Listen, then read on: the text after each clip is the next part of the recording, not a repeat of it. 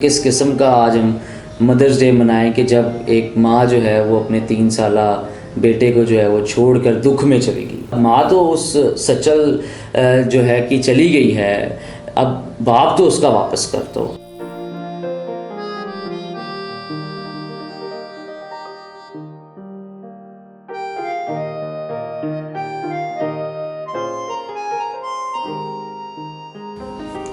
आज ममता का दिन है, योमे माँ जिसको मदर्स डे भी हम कहते हैं। और देखा जाए तो सच्चल की माँ जो है वो चली गई और इस दुनिया में जो है वो किसी को दुख भी नहीं हुआ। मतलब अफसोस की बात है कि किस किस्म का आज हम मदर्स डे मनाएं कि जब एक माँ जो है वो अपने 3 साला बेटे को जो है वो छोड़कर दुख में चली गई। समझ नहीं आती ये क्या वाक़या है और ये किस किस्म के हम जो है वो जहन्नुम के घड़े में जा रहे हैं।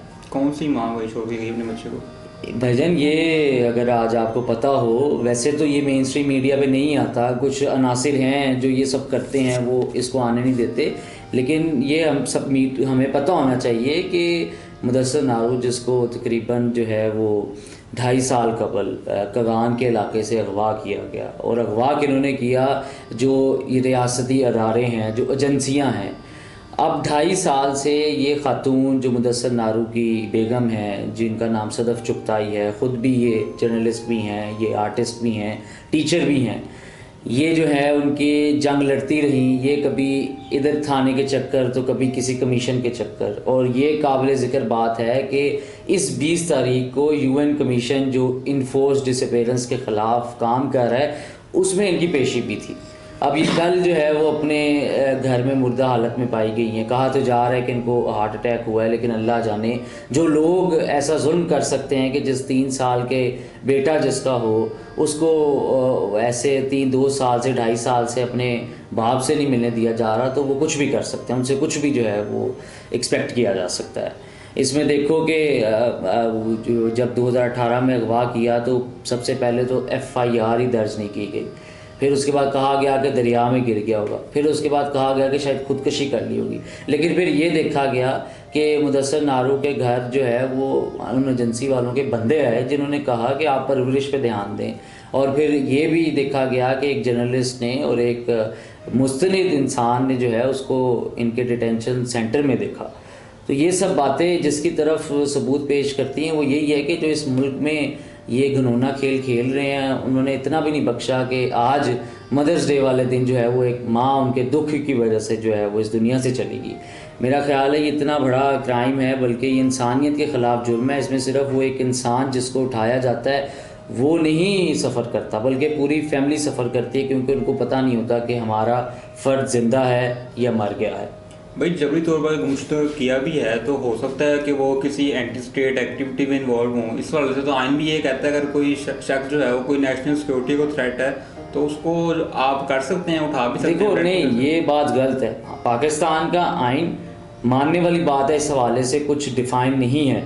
लेकिन पाकिस्तान का आइन का आर्टिकल नंबर 10 सीधी ये बात करता है कि हर इंसान जो है उसको अरेस्ट से सेफगार्ड मिलेगा अगर वो ड्यू प्रोसेस से नहीं होती, और अगर उठाया जाता है तो ये ड्यू प्रोसेस नहीं है।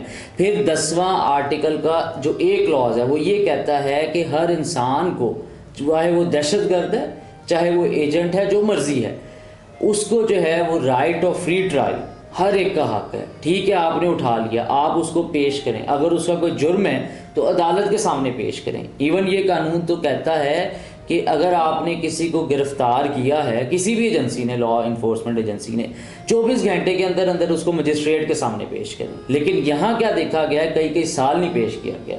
हाँ, ये लूप होल्स, ये सुगम ज़रूर मिटाना चाहिए। और ये सियासी जो लोग हैं जिनको हमने वोट देकर लेजिस्लेशन करने भेजा है, उन्हें ये ज़रूर करना चाहिए कि जो enforce disappearance by law enforcement agencies, इसको कॉन्स्टिट्यूशन के अंदर ऐड करके इसको क्रिमिनलाइज किया जाए। जब तक इसको हम जो है वो कानूनन इस पे इन लोगों को पकड़ेंगे नहीं तो ये चीज़ें होती जाएंगी। कई जो है वो मुदस्सर नारू जो है वो गायब होते रहेंगे और कई सदफ़ चुगताई जो है वो इसी तरह दुख में जो है मरती रहेंगी। यार ठीक है, लेकिन देखो सिर्फ 2-4 लोग उठाएं, कोई इतने ज़्यादा लोग उठाए नहीं है। तो दूसरी बात यह है कि अब सिर्फ इन चंद लोगों की वजह से हम एक नया कानून बना लें और जो हमारे मोतबर रियासती इदारे हैं उनको इस तरह से जो है वो हम कोर्ट में आगे हेयरिंग वगैरह पे आया करें? बात ये है, यही तो बात है कि हमसे, फिर मैं कहता हूँ मेन स्ट्रीम मीडिया पे दिखाया नहीं जाता। ये 2-4 लोग नहीं हैं जो इसके ऊपर कमीशन बनाया गया था, जो सुप्रीम कोर्ट ने बनाया था, उसके मुताबिक इस टाइम तक 6500 से ज़्यादा जो है वो इस तरह जबरी तौर पे गुमशुदा हुए हैं,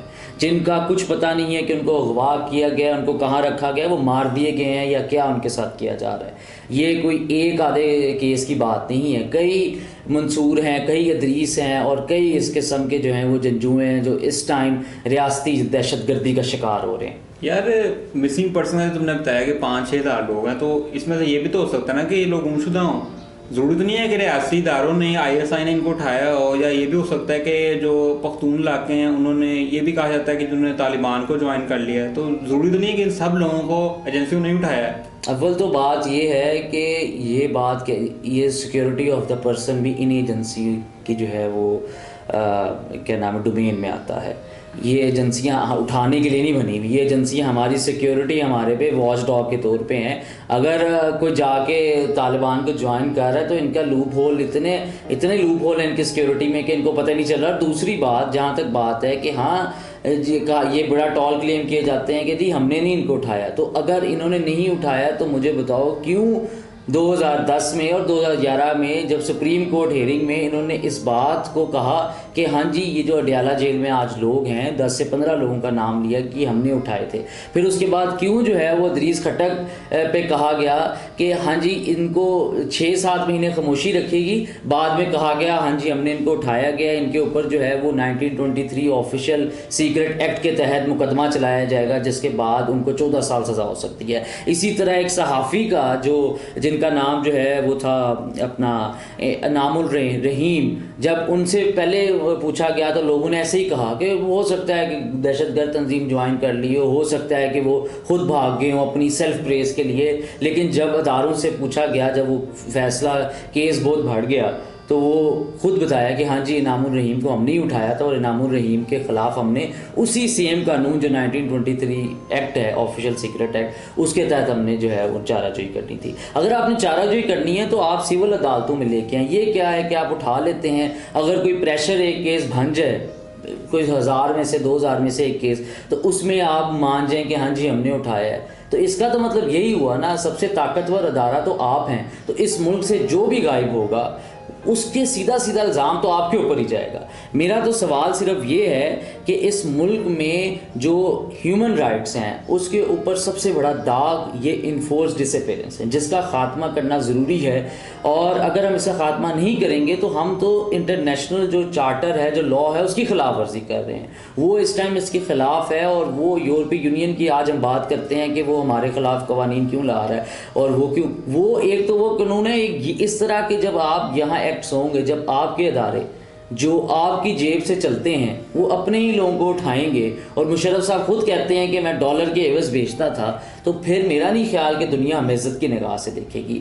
और मेरा तो सवाल उन अदारों से ये है कि अब माँ तो उस सचल जो है कि चली गई है, अब बाप तो उसका वापस कर दो। और मेरा फिर भी तुमसे ये सवाल, तुम मुझसे हमेशा सवाल करते हो, आखिर में मैं तुमसे सिर्फ इतना सवाल करता हूँ कि वो जो है मरने से पहले सदफ चुगताई उसकी वापसी भी ना देख सकी, और वो उसकी मरने पे जो आखिरी उसको रामगाह पे पहुंचाना था वो भी ना पहुंचा सका। मुझे बताओ, दुनिया में इस किस्म का दर्दनाक अंजाम मोहब्बत वाले लोगों का, प्यार वाले लोगों का, जो अमन पसंदी का पैगाम देते हैं, जो अपनी शायरी, अपने एक्टिविज़म के ज़रिए अमन पसंदी का पैगाम देते हैं, और जो आपस में मोहब्बत से दोनों रह रहे थे, उनका क्या ये अंजाम बनता था?